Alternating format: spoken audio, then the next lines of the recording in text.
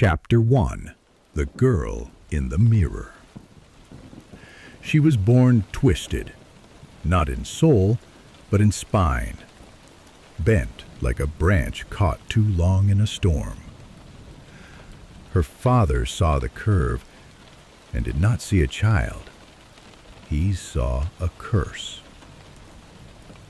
Her mother saw more, but not enough. Yennefer of Vengerberg was not born in Vengerberg. She was born in a nameless village outside the city walls, far from towers and thrones. She came into the world with a crooked back, a limp, and violet eyes that stared too intently, too quietly. The villagers whispered. The goats died young that spring. That was enough. Her father drank. Her mother endured. And Yennefer, little Yenna, learned quickly that silence was safer than questions. She walked with a cane by the time she was 5. By 7, her voice had grown soft and clever. By 10, she had learned to cry without sound. Her magic stirred before anyone noticed. It wasn't fire or wind or light. It was smaller, stranger. Dreams that others remembered as their own. Flowers blooming out of season, chickens who refused to die when their necks were wrung. But in her father's eyes, she remained broken, useless, a mistake. Until the day he sold her. It happened on a gray morning.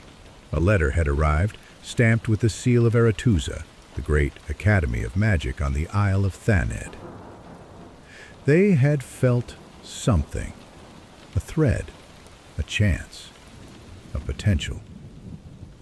Her mother wept. Her father took coin. And just like that, Yennefer became a student of sorcery. Aretuza was not a school, not in the way most imagine. It was a forge. The girls who arrived there came frightened, frail, unsure. The ones who survived left as something else entirely. The halls were made of marble, the ceilings etched with starlight, but beneath that beauty lay fire. Teachers who could kill with a glance, lessons that left burns, magic that demanded sacrifice. Yennefer arrived small, hunched, forgotten. The other girls laughed. One of them tried to cut her hair in the night. Yennefer cut her hand instead, with words. She failed often, but she learned. Pain made her sharper, shame hungrier. The world had never shown her mercy, so she stopped expecting it. Instead, she reached for power, and power reached back. Isaiah de Vries, rectoress of Aretuza, noticed her. Not because of her beauty, there was none. Not because of her strength, others were stronger. But because Yennefer was furious. Not loudly, not foolishly, but deep within. Fury is a source of magic, older than fire or love, and Yennefer's fury could bend fate. She was offered the transformation. Not all girls were. Only those deemed worthy, those who would serve the Brotherhood, represent the magical elite, shape the world from behind velvet curtains. But there was a price. There is always a price. Her womb, her chance at motherhood, gone. In exchange, she would be remade. The process was agony, bone reshaped, blood refined, flesh rewritten by alchemy and will. Yennefer screamed once, then never again. When she emerged, the limp was gone, the hump straightened, her face sculpted like marble by firelight, hair of obsidian, eyes that pierced, not pleaded, a voice that could charm kings or destroy them. She was beautiful, terribly so, but inside, the same scars, the same longing, the same ache no spell could numb. They called her Yennefer of Vengerberg, though she had never belonged to the city. But names are power, and so she wore it like armor. The girl in the mirror was gone, but the woman who stared back, she remembered everything. She climbed quickly, from novice to court mage, from outcast to confidant of kings, from nothing to a name whispered across continents. And yet power did not quiet the question inside her. It only taught her how to ask it more carefully. What was the cost, and had it been worth it?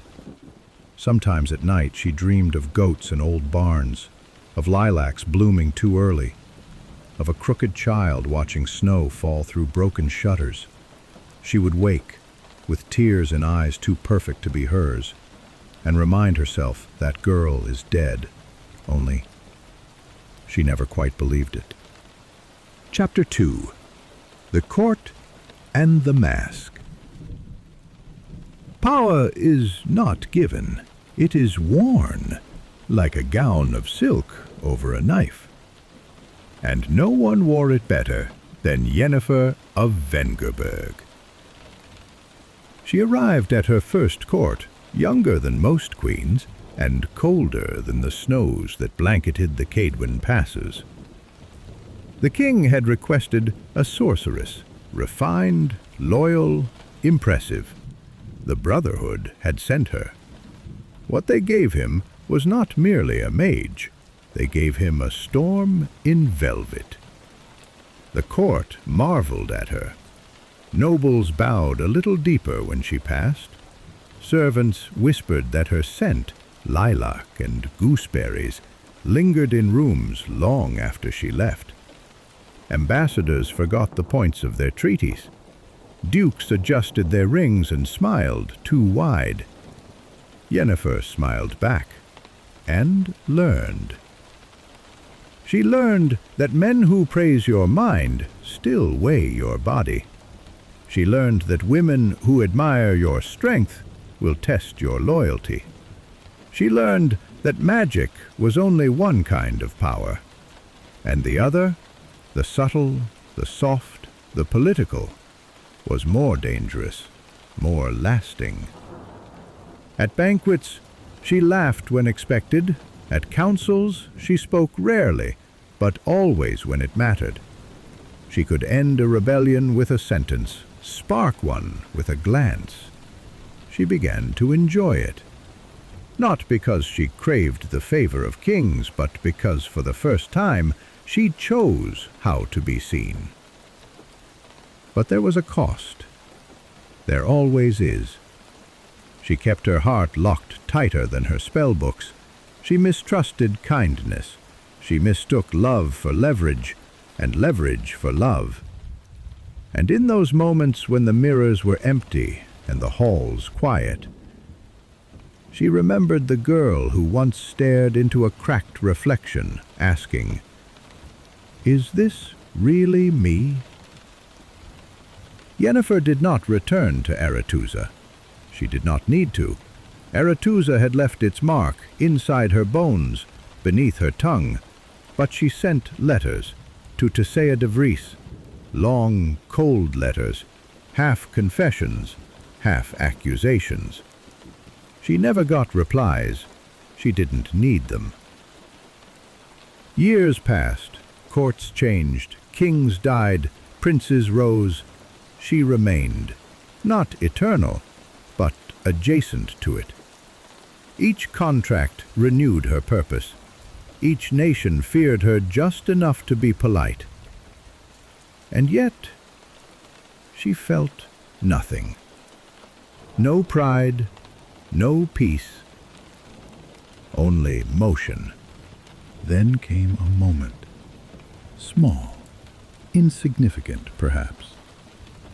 A child, a boy of 6, ran past her in the garden of the Redanian embassy. He laughed, fell, cried, and when Yennefer offered him her hand, he looked up and asked, "Are you someone's mother?" She froze. For the first time in years, her magic faltered. A bird, mid-flight, struck a wall and vanished in feathers. She turned, walked away, and did not return to that garden again. Because she remembered what she had traded, what she had given up for this beauty, this status, this power. Not just the ability to bear life, but the choice, the possibility, the right to change her mind. In the months that followed, she found herself drifting, her spells dulled, her temper sharpened. She refused new contracts, spent days in libraries searching for scrolls no longer taught, rereading the fine print of rituals no one questioned. She wanted it back, not the child, but the chance. The Brotherhood, of course, denied her request. Restoration of fertility was forbidden, dangerous, impossible. They said it with calm voices as if discussing weather. Yennefer said nothing and began her own search, not for glory, not for thrones, but for a womb once taken, a future once stolen. And along that path, something in her cracked. Not loudly, not visibly, but enough to let light through. She began to travel more, not as a court mage, but as a wanderer.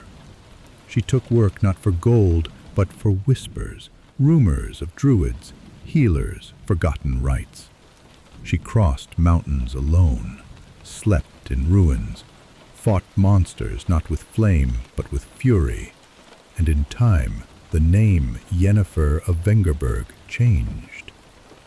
From dangerous sorceress to something else, something more human, more tragic, more powerful. She became a legend, a shadow on the wind, a name that meant beauty and danger, and a pain no spell could undo. And beneath it all, she remained what she always was, a survivor, with a crown of fire and a mask of silk. And beneath that mask, still a girl asking, "Is this really me?" Chapter 3. The Witcher and the Flame. They met not with fanfare, but with chaos. A djinn, a broken inn, a wish whispered in desperation. And two souls, bent, battered, burdened, crossed like blades in the dark. Yennefer had heard of witchers, of course. Everyone had. Mutants, mercenaries, necessary evils in a world that had no room for unnecessary ones. She had dismissed them as tools with swords. Creatures shaped by alchemy and steel, lacking subtlety, lacking heart. And then she met him. Geralt of Rivia. White-haired, yellow-eyed, quiet as snow, and just as cold. Until he wasn't. He entered her life uninvited, interrupting a carefully laid plan to trap a creature of immense power. She saw a nuisance. He saw a sorceress, with eyes like storms and fire beneath her skin. They argued before they spoke, fought before they listened, but beneath the clash was something neither expected: recognition. Geralt did not flinch from her power. She did not shrink from his silence. They circled each other like wolves, mistrusting, curious. She tried to control him. He refused to be controlled. And when the djinn threatened to tear the world around them apart, he made a wish that bound their fates together. What exactly he said, she never learned. He never told her. She never asked. But she felt it. Something shift, something tighten, a thread pulled taut between them. It frightened her. Which meant, of course, that she followed it. They became not lovers, not quite, more like fire and wind, never touching gently but always drawn to each other. When they were apart, the world dulled. When they were close, it burned. She hated how much she needed him. He hated that he didn't understand why. They drifted, reunited, fought, kissed, left, returned, over and over. Never finished, never healed. He saw her in a way no one else did, not as a court mage, not as a seductress, not as a symbol of mystery and power, but as Yennefer. The girl with too much pain behind her eyes. The woman who tried to fill a hollow with spells and secrets. He saw her, and she resented him for it. Because love was not power. It could not be controlled. And she had shaped her whole life around control. But then came the moment that changed everything. The child of surprise, Ciri. Not born of them, but somehow belonging to them. Not by blood, but by fate. Yennefer met the girl by firelight. Ciri was fierce, curious, clever, broken in ways that echoed too closely, and Yennefer, who had never held a child of her own, felt something break loose in her chest. She did not show it, of course. She taught Ciri discipline, taught her magic, taught her silence. But at night, when the child was asleep, Yennefer would sit nearby and listen to her breathing, just to remember what it was to keep something safe. Geralt noticed. He never said a word, but the way he looked at Yennefer changed. Not softer, but deeper, as if he saw not just the woman she'd become, but the mother she had once wished to be. They never had peace. That was not their way. But they had purpose. Together they protected Ciri. Together they defied the lodge. Together they faced the wild hunt. And in that chaos, that danger, that impossible war, they found something like home. Yennefer never told Geralt she loved him. Not clearly, not in words, but in the way she stood beside him when the odds were hopeless, in the way she took wounds meant for him, in the way she trusted him with her silence. And he, who trusted so few, trusted her more than anyone, even when they were apart, even when they were angry, even when it hurt. Some say their love was cursed, bound by magic, not choice. Others say it was destiny, written into the stars by forces older than time. But those who truly knew them, they say it was neither. It was something simpler. Two broken people who kept choosing each other, even when they didn't know why. And somewhere, in that quiet truth, Yennefer found something she had never expected. Not redemption, not peace, but something close. Not long after the hunt was driven back, she stood alone in a ruined tower, Geralt gone on one of his long walks, Ciri safe, for now. And she looked at her hands, so much magic, so much blood, so many years spent trying to become everything. And now, she just wanted to be. And for the first time, she smiled. Not for a king, not for a bargain, not even for him, but for herself. Chapter 4. The Lodge, the War, and the Price. There is a kind of silence that follows power, not peace, but the hush that comes when people look to you not as a woman, not even as a mage, but as something dangerous. Yennefer of Vengerberg had grown used to that silence. She wore it like a cloak, but silence too can be broken. The world was shifting.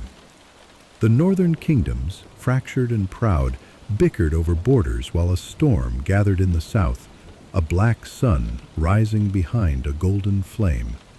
Nilfgaard, a name spoken with fear, with awe, with inevitability. While kings played games, sorceresses watched and waited. The Brotherhood of Sorcerers, old, patriarchal, rotted from within, collapsed under the weight of its own arrogance. In its place, a new circle rose, a council, a lodge, not of men, but of women. The Lodge of Sorceresses was born from ambition and fire, formed by minds sharper than blades and colder than steel. Their purpose?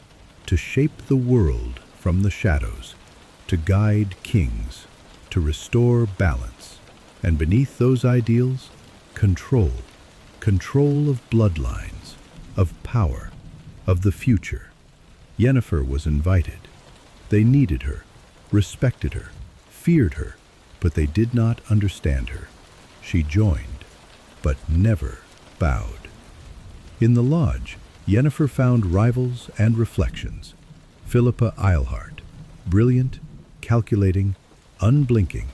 Francesca Findabair, elven, proud, mourning a world already lost. Sabrina Glevissig, fiery, impulsive, ruthless. Each woman a queen in her own court, each believing the future could be shaped like clay, and each willing to pay any price. But Yennefer, she hesitated, not out of doubt, but out of memory, because she had been shaped once, transformed, molded, and had spent a lifetime reclaiming herself. She would not give up that hard-won self, not to kings, not to war, not even to women who called themselves sisters. The lodge wanted Ciri, saw her as a vessel, a womb of elder blood, a key to thrones and legacies. Yennefer saw a girl, a daughter. She did not say the word aloud. She didn't need to. Her silence was enough, and so the lines were drawn, not in ink, but in blood. Then came the war. The flames of Nilfgaard surged across the continent. Castles fell, villages burned, alliances shattered. Magic, once hidden behind curtains, now marched on battlefields. The Lodge positioned themselves as saviors. Behind every king, a sorceress. Behind every treaty, a silent signature in arcane ink. But no spell could stop war's hunger. Yennefer fought where she could, healed where she was needed, but never joined fully. Not the Lodge, not the war. She belonged to no one. Until the night she disappeared. Some say it happened on a battlefield under a red moon. Others say she entered a portal and never returned. The truth? She followed Ciri, into fire, into frost, into the place where worlds crack and magic screams. And when she returned, she was not the same. Not visibly, not outwardly, but something in her eyes had changed. Softer, perhaps, or simply more tired. She returned not to politics, not to palaces, but to a quiet tower, a half-ruined cottage by a lake, a place far from crowns. The Lodge eventually fractured. Betrayals, assassinations, lies folded within lies. Their dream of shaping the world collapsed under the weight of their own egos. Some died, some vanished, some pretended to have never been part of it at all. Yennefer said nothing. She simply watched it crumble and felt nothing. Not joy, not regret, only the cost. Magic can rebuild flesh, but not trust, not love, not the years lost chasing a better world that was never hers to claim. She never forgave the Lodge, not for what they did, but for what they almost made her become. Another architect of fate, another hand on the leash of power, another woman who forgot she was once a girl who had no choice. But in the quiet after the fire, Yennefer found something else. Not redemption, not victory, but a path. Not to change the world, but to walk beside the ones she cared for, however briefly, however imperfectly. to protect what little light was left, and perhaps to be more than a mask, more than a mage, to be someone real. Chapter 5. Between Worlds. There are places where the sky bleeds fire, places where rivers run backward, where time forgets its shape and names have no meaning. Yennefer had never feared such places until she walked them with a child in her arms. Ciri was gone, taken by the wild hunt, by fate, by magic too old and too cruel to be understood. And Yennefer, who had once bent kings with a glance, who had faced monsters with cold eyes, was powerless.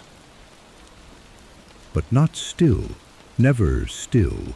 She searched through ruins, through visions, through blood-soaked dreams. She called out into the void, and the void answered with a gate. Not a portal like the ones she had shaped with signs and circles. This was a wound in the world, a tear cut not by spellcraft but by need.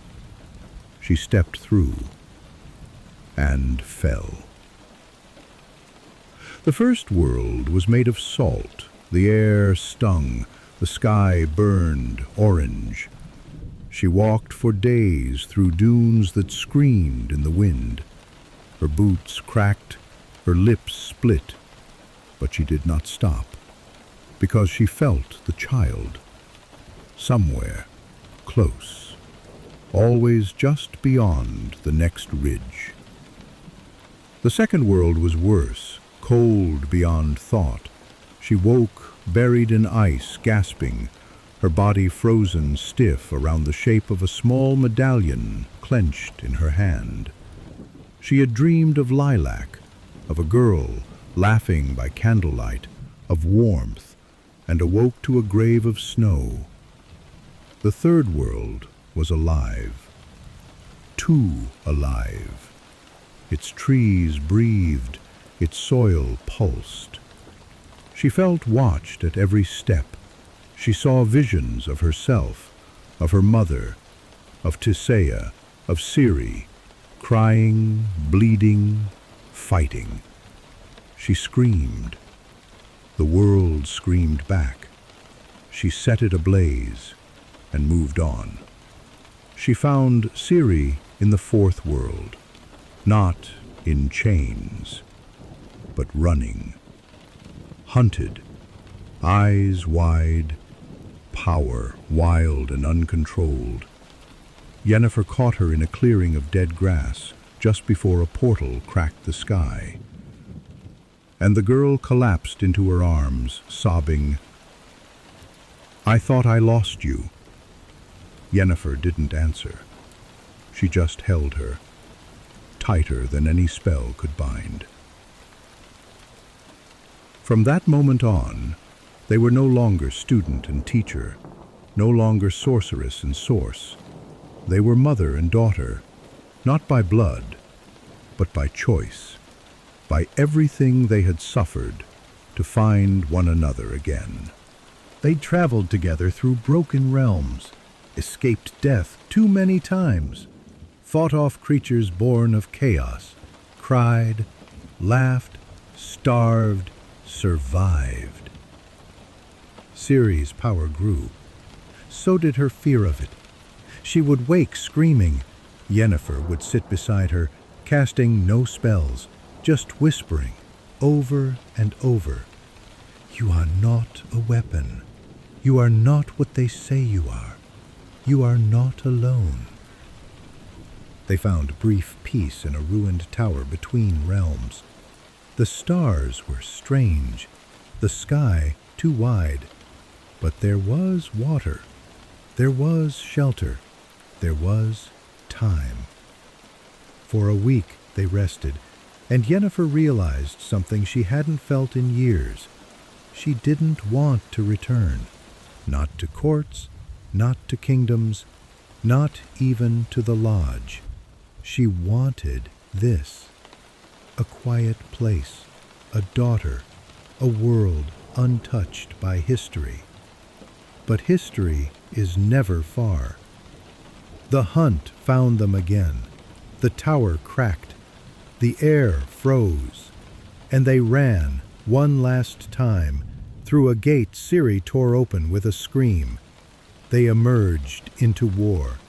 The northern kingdoms ablaze, Nilfgaard advancing. And Yennefer collapsed. Her magic burned out, her body trembling with wounds no one could see. She had nothing left, except the girl beside her. And in that moment, broken, breathless, burned, she realized that was enough. They made it to Kaer Morhen, together. Geralt met them at the gate, sword drawn, eyes wide. He said nothing, just pulled them both into his arms. And for the first time, all three stood still. Not victorious, not whole, but together. And that, in the end, was what saved them. Yennefer never spoke much of what happened between worlds, not to Geralt, not to the others. Some things are not meant to be told, only carried, like scars, like names, like daughters. Chapter 6. The End of Fire.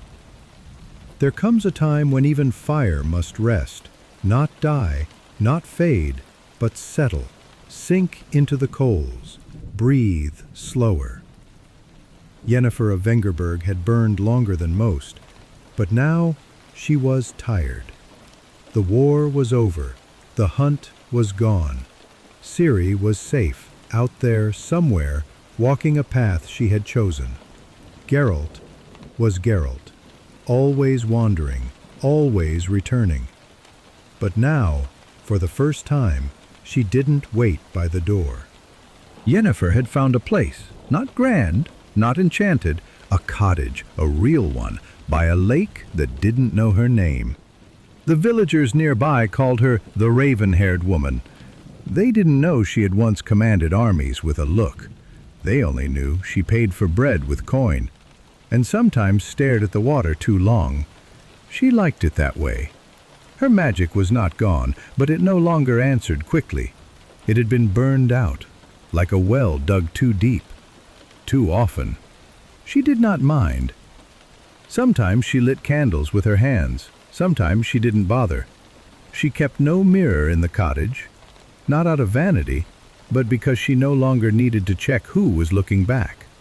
The woman she had become, the woman after all the choices, the scars, the losses, she finally knew her, and that was enough.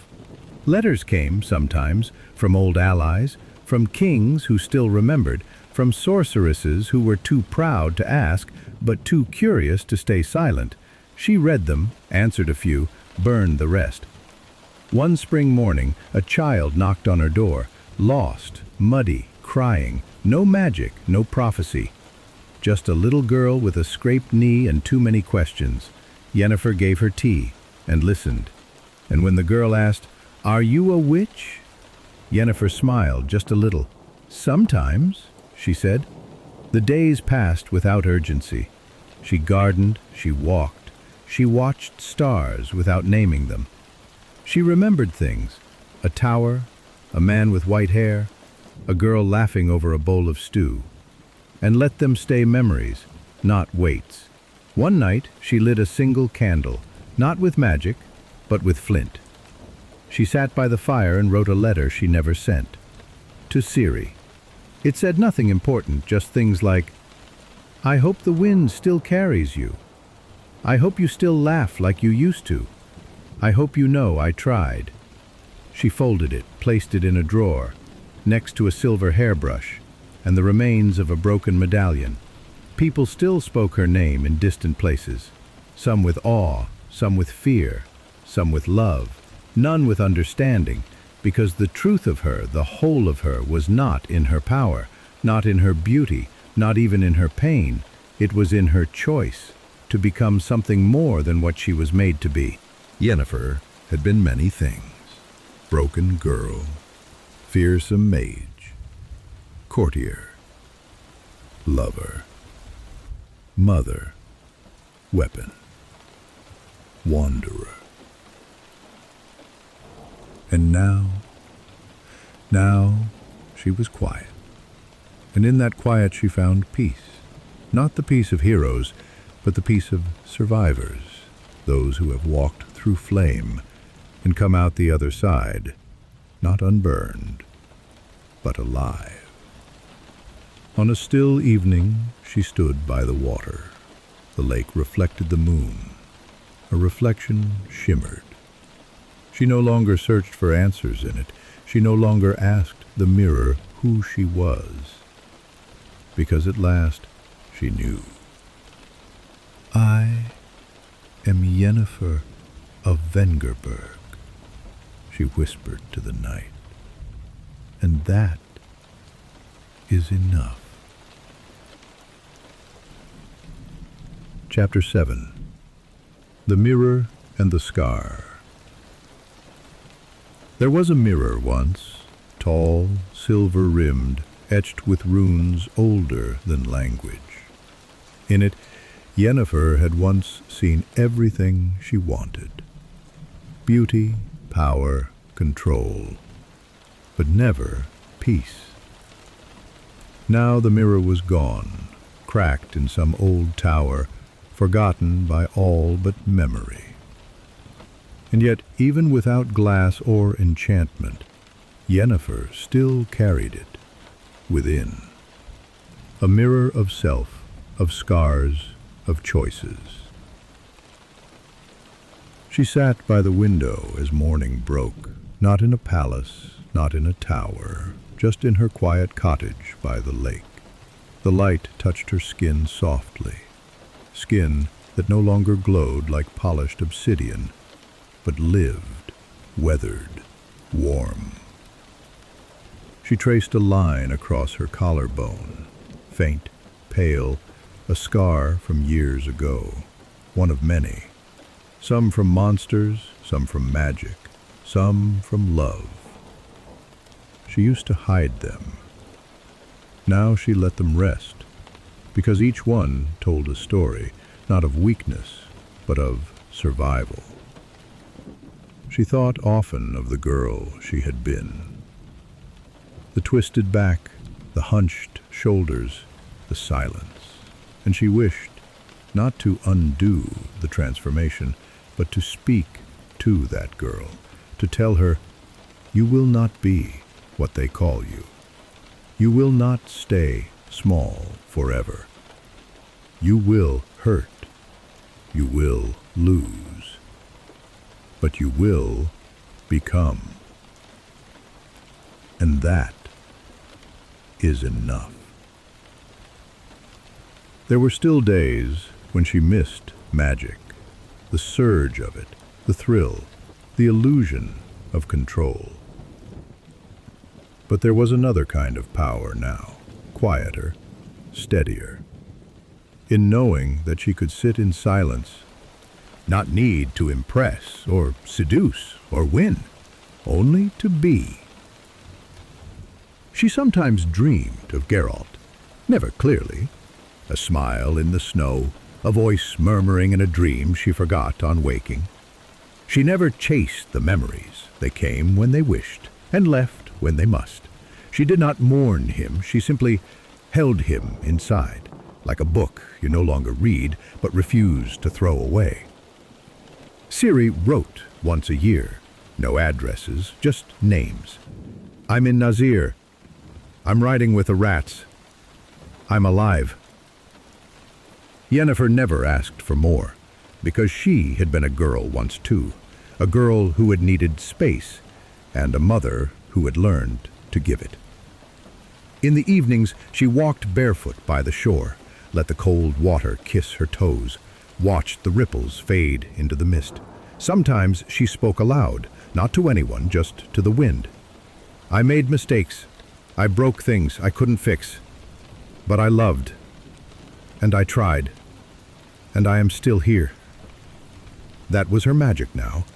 Not lightning, not portals, but the strength to remain soft in a world that had taught her to be hard. One night, as snow fell without sound, she lit a single candle. She sat by it, hands folded, eyes calm, and whispered, "I was not what they wanted me to be. I was not always what I wanted to be, but I was Yennefer." And the name rang true at last. They will tell stories of her, some true, some twisted. They will call her cruel, cunning, cursed, or brave, bold, broken. She will not answer, because she no longer needs to be understood, only remembered, not for her power, but for her fight. And so she remains, a scar in time, a mirror that still reflects, a flame not burning, but warm. Somewhere, far from the eyes of kings and monsters, a woman lives, not in shadow, not in glory, but in peace. Her name was Yennefer of Vengerberg, and that was always more than enough.